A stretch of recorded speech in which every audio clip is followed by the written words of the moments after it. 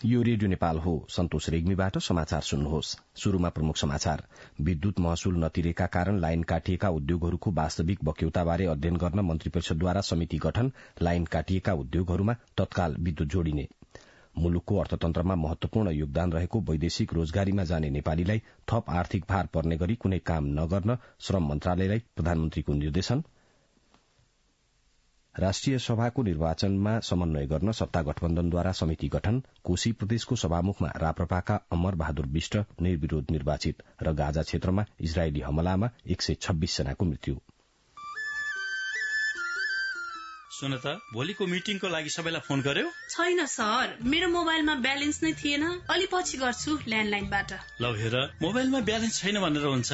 तिमीलाई थाहा छैन यस कार्यालयले नेपाल टेलिकमको कर्पोरेट युजर ग्रुप अर्थात सीयूजी सेवा लिएको छ। तिम्रो नम्बरलाई पनि सीयूजीमा सहभागी गराउन। अनि सर, मेरो त प्रिपेड नम्बर हो नि। अहिले नेपाल टेलिकमले प्रिपेड र पोस्टपेड दुवै फोनमा सीयूजी सेवा लागू गरिसकेको छ। सीयूजीमा आबद्ध भएपछि हाम्रो कर्मचारीहरू बीच निशुल्क र नेपाल टेलिकमको नेटवर्कमा सस्तो दरमा फोन तथा एसएमएस गर्न र डाटा चलाउन पाइन्छ नि। तिमीलाई थप जानकारी चाहिएमा नेपाल टेलिकमको वेबसाइट www.ntc.net.np मा हेर न। नेपाल टेलिकम, राष्ट्रको संचार।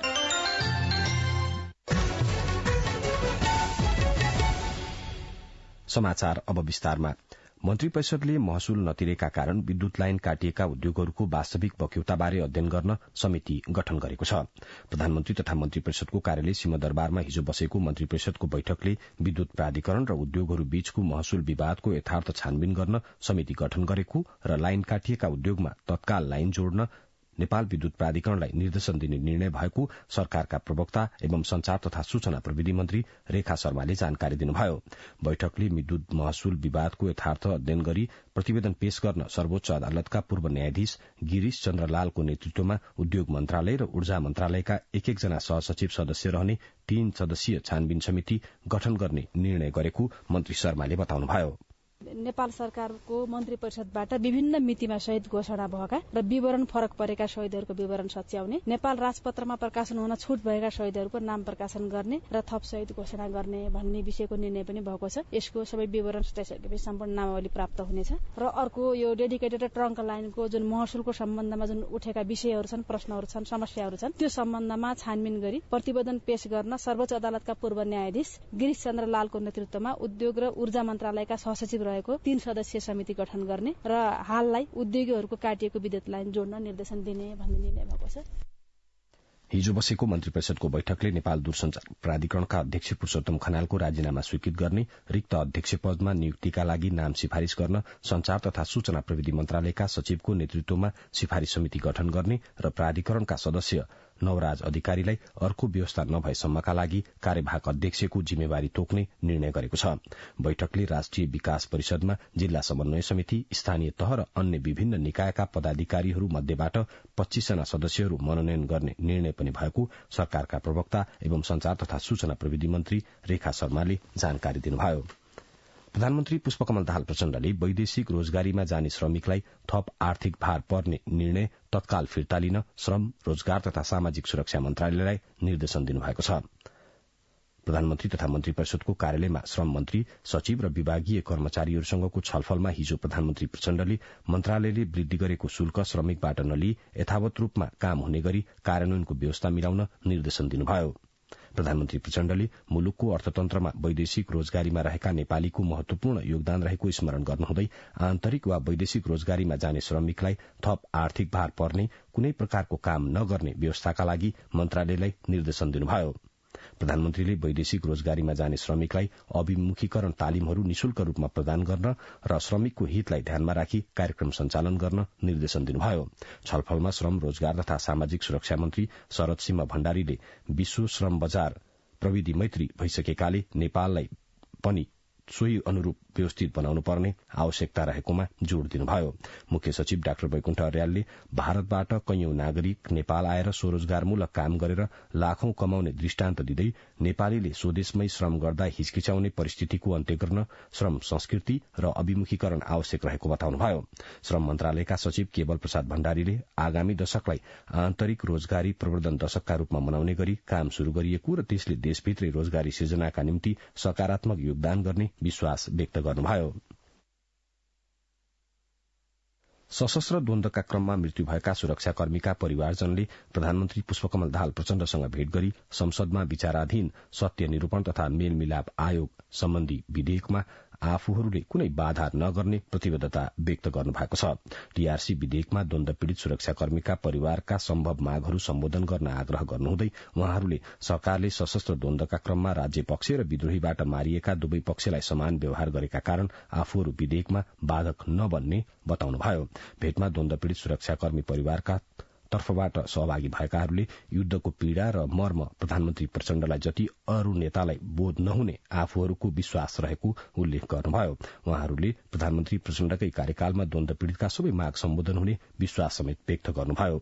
भेटमा प्रधानमन्त्री प्रचण्डले सरकारले दुवै तर्फबाट मारिएका परिवारलाई समान व्यवहार गरेको र भविष्यमा समेत कुनै प्रकारको भेदभाव नहुने स्पष्ट पार्नुहुँदै सत्य निरूपण तथा मेलमिलाप आयोग सम्बन्धी विधेयकमा सम्भव विषयहरू राखेर परिमार्जन गरिने उल्लेख गर्नुभयो। राष्ट्रिय सभा सदस्य निर्वाचनमा उम्मेद्वारी दिनुभएका 2 जना उम्मेद्वार विरूद्ध उजुरी परेको छ। सुदूरपश्चिम प्रदेशमा नेपाली कांग्रेसका तर्फबाट अपाङ्गता भएका व्यक्तिको समूहबाट उम्मेद्वारी दिनुभएका नारायण दत्त भट्ट र कर्णाली प्रदेशमा नेकपा माओवादी केन्द्रका दलित समूहका उम्मेद्वार विष्णु विक विरूद्ध उजुरी परेको निर्वाचन आयोगका प्रवक्ता शालिग्राम शर्मा पौडेलले जानकारी दिनुभयो। राष्ट्रिय सभा सदस्यको रिक्त 19 पदका लागि आगामी माघ 11 गते हुने निर्वाचन कार्यतालिका अन्तर्गत 52 जना उम्मेद्वारले उम्मेद्वारी दर्ता गराउनु भएको छ। उजुरीमाथि भोलि जाँचबुझ गरी उम्मेद्वारको नामावली प्रकाशन तथा पुस 27 गते नाम फिर्ता लिन चाहने उम्मेद्वारको नाम फिर्ता र उम्मेद्वारको अन्तिम नामावली प्रकाशन गरी पुस 28 गते निर्वाचन चिन्ह प्रदान गर्ने कार्यक्रम रहेको निर्वाचन आयोगले जनाएको छ। राष्ट्रिय सभा सदस्य निर्वाचनमा 7 प्रदेशमा 1-1 मतदान स्थल र 2-2 मतदान केन्द्र कायम गरिएको छ। मतदान आगामी माघ 11 गते बिहान 9 देखि दिउँसो 3 बजेसम्म हुनेछ। राष्ट्रिय सभा सदस्य निर्वाचनमा समन्वय गर्न सत्ता गठबन्धनले समिति गठन गरेको छ। हिजो साँझ बसेको सत्ता गठबन्धनको बैठकले नेपाली कांग्रेसका नेता रमेश लेखक, नेकपा माओवादी केन्द्रका नेता वर्षमान पुन, नेकपा एकीकृत समाजवादीका नेता राजेन्द्र पाण्डे र जनता समाजवादी पार्टीका नेता मनिष सुमन सम्मिलित समन्वय समिति गठन गरेको हो। समितिले राष्ट्रिय सभा निर्वाचनमा सत्ता गठबन्धनका 19 जना उम्मेद्वारलाई विजयी गराउन समन्वय गर्ने जसपाका प्रवक्ता मनिष सुमनले बताउनुभयो। उहाँका अनुसार समितिको पहिलो बैठक आज दिउँसो 2 बजे दरबारमा बस्नेछ। कोशी प्रदेशको सभामुखमा राप्रपाका अमर बहादुर विष्ट निर्विरोध रूपमा निर्वाचित हुनु भएको छ। प्रदेशसभाको हिजो बसेको बैठकमा सभामुखका लागि राप्रपाका विष्टको मात्र नाम परेपछि सभामुख सिर्जना दनुवारले विष्टलाई निर्विरोध निर्वाचित भएको घोषणा गर्नुभयो। विष्टको प्रस्तावमा राप्रपाका संसदीय दलका नेता भक्ति सिटौला समर्थक र प्रदेशसभा सदस्य प्रेमराज थामसुहाङ समर्थक रहनु भएको छ।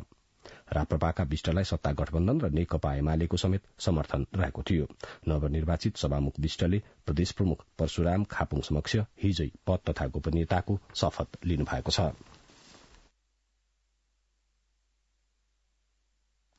प्रतिनिधि सभा अन्तर्गतको राज्य व्यवस्था तथा सुशासन समितिले संवैधानिक परिषदको काम कर्तव्य अधिकार कार्यविधि सम्बन्धी ऐन 2066 लाई संशोधन गर्न बनेको विधेयकमाथिको सैद्धान्तिक छलफल सकेर दफावार छलफल शुरू गरेको छ। बैठकको शुरूमा विधेयकमाथिको सैद्धान्तिक छलफलमा सांसदहरूले संवैधानिक परिषदको कामलाई पारदर्शी र प्रभावकारी बनाउने गरी प्रावधानहरू थप्नुपर्नेमा जोड़ दिनुभयो। सांसदहरूले जिम्मेवार व्यक्तिहरूलाई बैठकमा उपस्थित हुनै पर्ने गरी नैतिक दबाव सिर्जना गराउने, पदीय दायित्वप्रति जिम्मेवार बनाउने, योग्य व्यक्ति छनौटका आधारहरू तयार गर्नुपर्ने लगायतका धारणा राख्नुभयो। सैद्धान्तिक छलफलमा उठेका विषयमा जवाब दिनुहुँदै संचार तथा सूचना प्रविधि मन्त्री रेखा शर्माले परिषदमा रहने व्यक्ति र पात्र को रहन्छन् भन्ने भन्दा पनि पद जिम्मेवार रहने कुरामा गम्भीर बन्न सांसदहरूलाई आग्रह गर्नुभयो। शिक्षा विज्ञान तथा प्रविधि मन्त्री अशोक कुमार राईले काठमाण्डु मेडिकल कलेजले निलम्बन गरेको आवासीय चिकित्सक डाक्टर विशद दाहालको निलम्बन तत्काल फुकुवा गर्न काठमाण्डु विश्वविद्यालयलाई निर्देशन दिनुभएको छ। काठमाण्डु विश्वविद्यालयका सहकुलपति समेत रहनुभएका मन्त्री राईले डाक्टर दाहालमाथिको निलम्बन फुकुवा गरी विश्वविद्यालयले तयार गर्ने मापदण्ड जारी भएपछि मात्रै आवासीय चिकित्सकहरूलाई स्वास्थ्य शिविरमा पठाउन निर्देशन दिनुभएको मन्त्रालयका सचिव सुरेश अधिकारीले प्रतिनिधि सभाको शिक्षा, स्वास्थ्य तथा सूचना समितिको हिजोको बैठकलाई जानकारी दिनुभयो। काठमाण्डु मेडिकल कलेजले खटाइएको शिविरमा नगएको भन्दै आवासीय चिकित्सक दाहाललाई निलम्बन गरेपछि उक्त विषय संसदीय समितिमा उठेको छ। संसदको शिक्षा, स्वास्थ्य तथा सूचना प्रविधि समितिले राष्ट्रिय परीक्षा बोर्डको अस्थायी करार, ज्यालादारी कर्मचारी, नेपाल आदिवासी जनजाति महासंघ, राष्ट्रिय अभिभावक महासंघ, विशेष शिक्षा, अनौपचारिक शिक्षा तथा गुठी शिक्षाका प्रतिनिधिहरूसँग हिजो शिक्षा विधेयकमाथि सुझाव लिएको छ। बैठकमा ती संस्थाका प्रतिनिधिहरूले परम्परागत ज्ञानको शिक्षालाई नयाँ शिक्षा ऐनले समेट्नुपर्नेमा जोड़ दिनुभयो। सांसदहरूले 16औं पञ्चवर्षीय योजनाले कृषि उत्पादन र रोजगारलाई प्राथमिकता दिनुपर्ने सुझाव दिनुभएको छ। राष्ट्रिय सभाको दिगो विकास तथा सुशासन समितिको बैठकमा हिजो सांसदहरूले युवा पलायन र खेतीयोग्य जमीन बाँझो रहने समस्याको समाधानमा जोड़ दिनुभयो। बैठकमा सांसदहरूले विकासका सम्भावना र चुनौती पहिचान गरी उद्योग धन्दालाई विस्तार र विकसित गर्नुपर्ने धारणा राख्नुभयो। ऊर्जा, जलस्रोत तथा सिंचाई मन्त्री शक्तिबहादुर बस्नेतले आगामी 12 वर्षमा 28,000 मेगावाट विद्युत उत्पादन गर्ने गरी सरकारले काम गरिरहेको बताउनु भएको छ। प्रतिनिधि सभाको पूर्वाधार विकास समितिको हिजोको बैठकमा मन्त्री बस्नेतले विद्युत उत्पादनको गतिलाई हेरेर भारतसँग 10,000 मेगावाट विद्युत व्यापार गर्ने सहमति गरिएको बताउनुभयो।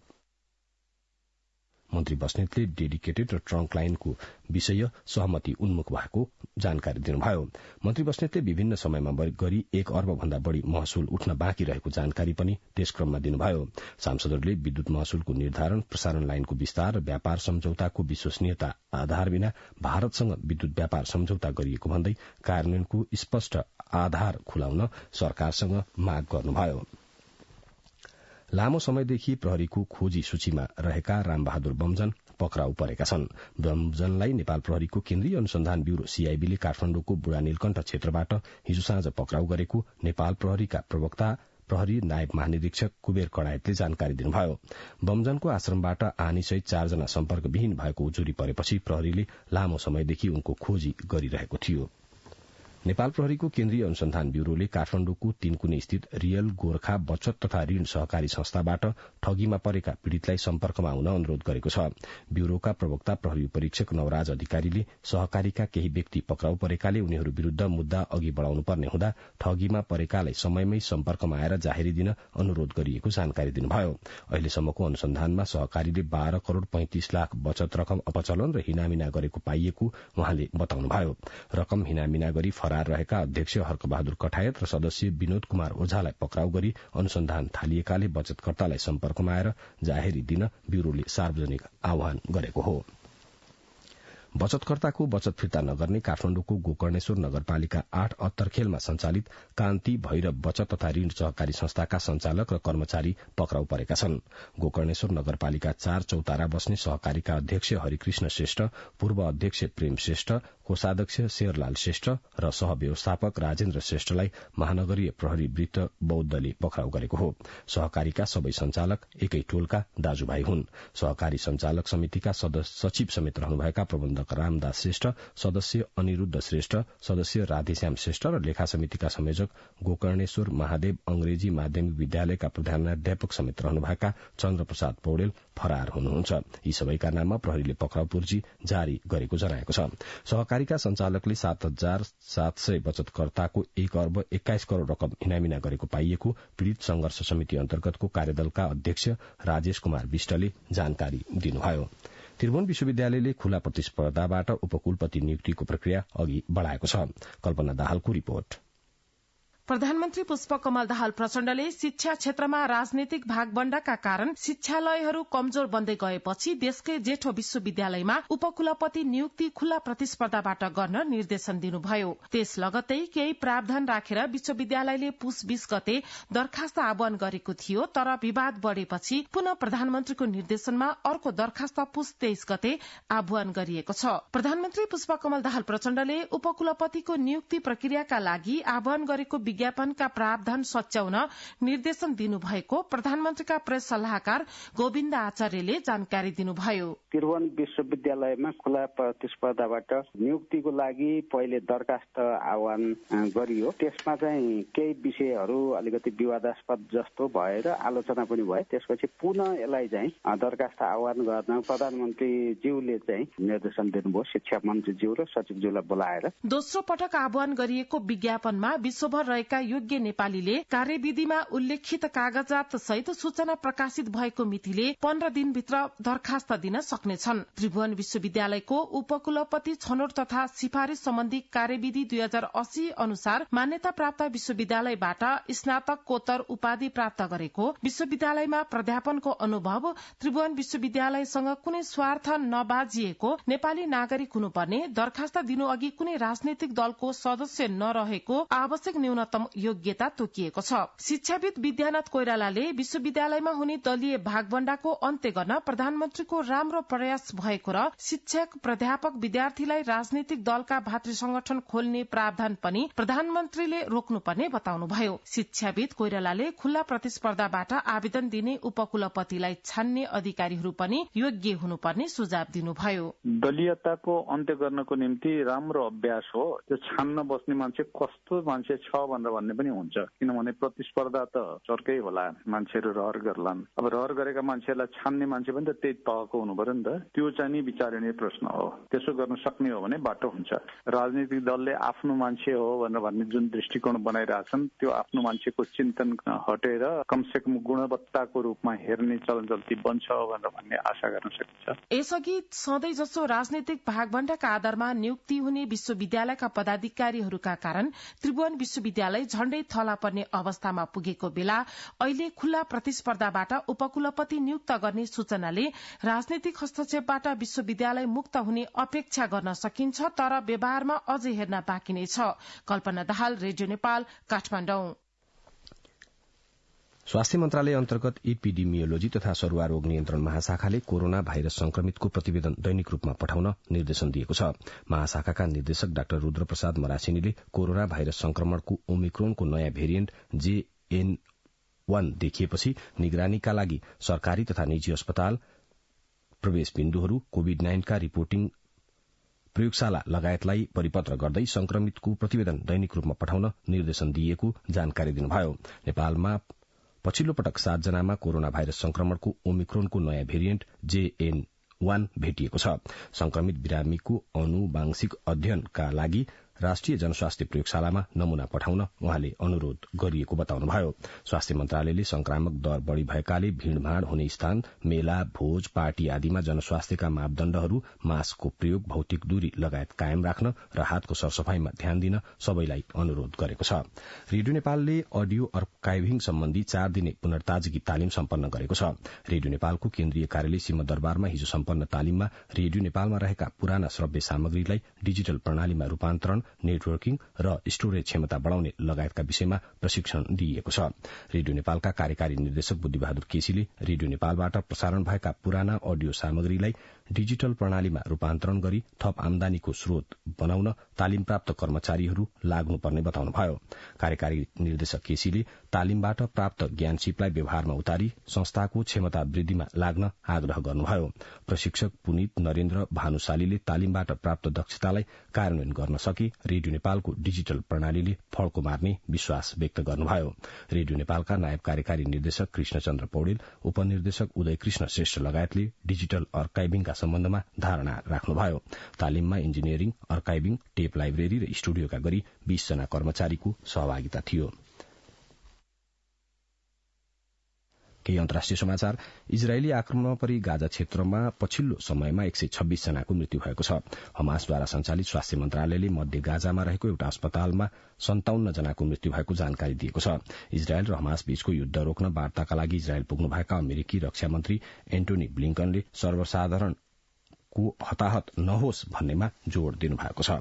गत अक्टोबर 7 मा इजरायली सीमा प्रवेश गरी हमासले करिब 1200 जनाको ज्यान लिएपछि इजरायल क्रुद्ध बनेको छ। हमासलाई सखा पार्ने रणनीति लिएको इजरायली आक्रमणमा हालसम्म 23,200 भन्दा बढ़ी प्यालेस्टाइनले ज्यान गुमाइसकेका छन्, जसमध्ये धेरैजसो महिला र बालबालिका रहेको सार्वजनिक भएको छ। भूटानमा हिजो सम्पन्न संसदीय चुनावमा विपक्षी पिपुल्स डेमोक्रेटिक पार्टीले धेरै सीट जितेको छ। सरकारी मिडिया भूटान ब्रोडकास्टिङ सर्भिसले दिएको जानकारी अनुसार उसले 47 मध्ये 30 सीटमा जीत हासिल गरेको छ। भूटान ट्रेडल पार्टी 17 सीटमा सीमित भएको छ। फ्रान्सका राष्ट्रपति इमानुएल म्याक्रोले 34 वर्षीय ग्राभियल अटललाई देशको नयाँ प्रधानमन्त्रीका रूपमा अघि सार्नु भएको छ। राष्ट्रपति मैक्रोले आफ्नो कार्यकालमा नयाँ सरकारसहित पुनर्संरचना गर्न लाग्नुभएका बेला हालका शिक्षा मन्त्री अटललाई प्रधानमन्त्रीका रूपमा अघि सार्नु भएको हो। फ्रान्सको इतिहासमा अटल प्रधानमन्त्री हुने सबैभन्दा कान्छो र पहिलो समलिङ्गी व्यक्ति समेत हुनुहुन्छ। जून महिनामा हुने युरोपेली संसदको निर्वाचनमा उहाँले फ्रान्स सरकारको नेतृत्व गर्नुहुने अधिकारीहरूले जनाएका छन्। अब आर्थिक समाचार। यस वर्ष देशभर गरी धानको उत्पादन 2 लाख मेट्रिक टन भन्दा बढ़ीले बढ़ेको पाइएको छ। कृषि तथा पशुपन्छी विकास मन्त्रालयका अनुसार यस वर्ष देशभर 57,24,000 मेट्रिक टन धान उत्पादन भएको छ। यो पछिल्लो 4 वर्षको औसत उत्पादनको तुलनामा 5.08% र गत वर्षको तुलनामा 4.33% धेरै भएको मन्त्रालयले जनाएको छ।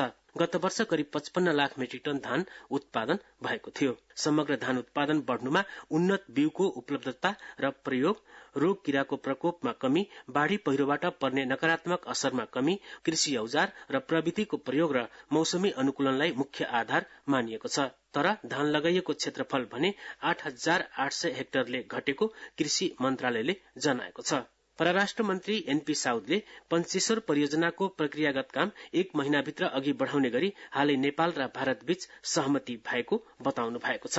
कञ्चनपुरको कृष्णपुर नगरपालिकामा मंगलबारदेखि शुरू भएको नगर स्तरीय राष्ट्रपति रनिङ शिल्ड प्रतियोगिताको उद्घाटन गर्नुहुँदै मन्त्री साउदले पञ्चेश्वर परियोजनाको काम यथाशीघ्र प्रारम्भ गर्न भारत भ्रमणका बेला प्रधानमन्त्री स्तरमा पनि छलफल भएको स्मरण गराउनुभयो। मन्त्री साउदले सो परियोजनाबाट उत्पादन हुने बिजुली भारतलाई बिक्री गर्दा पनि हाम्रो अर्थतन्त्रमा थप सुधार आउने बताउनुभयो।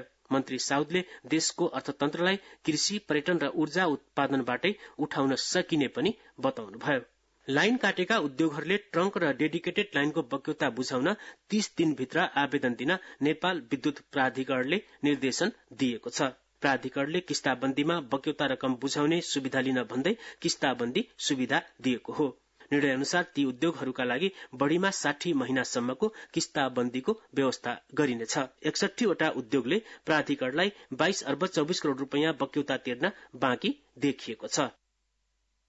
सुरेन्द्र मणि त्रिपाठी। अब खेल समाचार। गुलशन झाको शतकमा नेपाली U19 क्रिकेट टोलीले स्कटल्याण्ड U19 टोलीमाथि सहज जित निकालेको छ। सोमबार राति भएको खेलमा नेपालले स्कटल्याण्डलाई 135 रनले हराएको हो।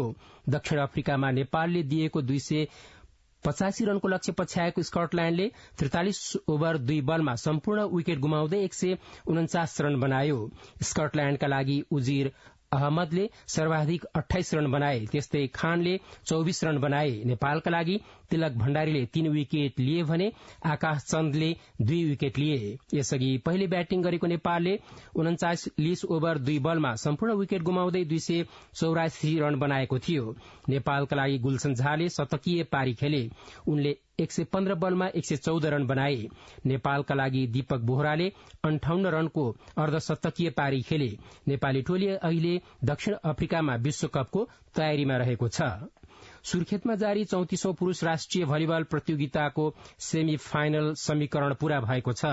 यसपटक समूह एबाट नेपाल एटीएफ र नेपाल पुलिस क्लब तथा समूह बीबाट त्रिभुवन आर्मी क्लब र गण्डकी प्रदेशले सेमी फाइनलमा स्थान सुरक्षित गरे। वीरेन्द्रनगर स्थित खुल्ला मंचको कोर्टमा मंगलबार चौथो तथा अन्तिम खेलमा कर्णाली प्रदेशलाई 3-0 ले हराउँदै गण्डकी समूह बी को उपविजेता बन्यो। गण्डकीले सेमी फाइनलमा समूह ए को विजेता एपीएफ को सामना गर्नेछ। अपराजित रहँदै समूह विजेता बनेको एपीएफले मंगलबारको पहिलो खेलमा बागमती प्रदेशलाई 25-7, 25-18, 25-13 ले हराएको थियो। अच्युत अर्याल। अब मौसम। आज कोशी र गण्डकी प्रदेशका पहाड़ी भागमा आंशिक बदली रही बाँकी भागमा मौसम सामान्यतया सफा रहने जल तथा मौसम विज्ञान विभागले जनाएको छ। गत 24 घण्टामा काठमाडौँ उपत्यकामा मापन गरिएको अधिकतम तापक्रम 17.7 डिग्री सेल्सियस, न्यूनतम तापक्रम 4.6 डिग्री सेल्सियस। सापेक्षिक आर्द्रता 97%। आज दिउँसो काठमाडौँ उपत्यकाको अधिकतम तापक्रम 17 देखि 19 डिग्री सेल्सियसका बीच रहने अनुमान गरिएको छ। काठमाडौँ उपत्यकामा सूर्योदय अघि बिहान 6:56 भयो भने सूर्यास्त भरे साँझ 5:26 हुनेछ। अन्त्यमा प्रमुख समाचार पुनः एकपटक। विद्युत महसुल नतिरेका कारण लाइन काटिएका उद्योगहरूको वास्तविक बक्यौताबारे अध्ययन गर्न मन्त्री परिषदद्वारा समिति गठन। लाइन काटिएका उद्योगमा तत्काल विद्युत जोडिने। मुलुकको अर्थतन्त्रमा महत्वपूर्ण योगदान रहेको वैदेशिक रोजगारीमा जाने नेपालीलाई थप आर्थिक भार पर्ने कुनै काम नगर्न श्रम मन्त्रालयलाई प्रधानमन्त्री प्रचण्डको निर्देशन। राष्ट्रिय सभा निर्वाचनमा समन्वय गर्न सत्ता गठबन्धनद्वारा समिति गठन। कोशी प्रदेशको सभामुखमा राप्रपाका अमर बहादुर विष्ट निर्विरोध निर्वाचित। र गाजा क्षेत्रमा पछिल्लो इजरायली हमलामा 126 जनाको मृत्यु। बिहान 7 बजेको समाचार सकियो। अर्को समाचार प्रसारण 8 बजे अंग्रेजीमा सुन्न सक्नुहुनेछ। हवस् त, नमस्कार।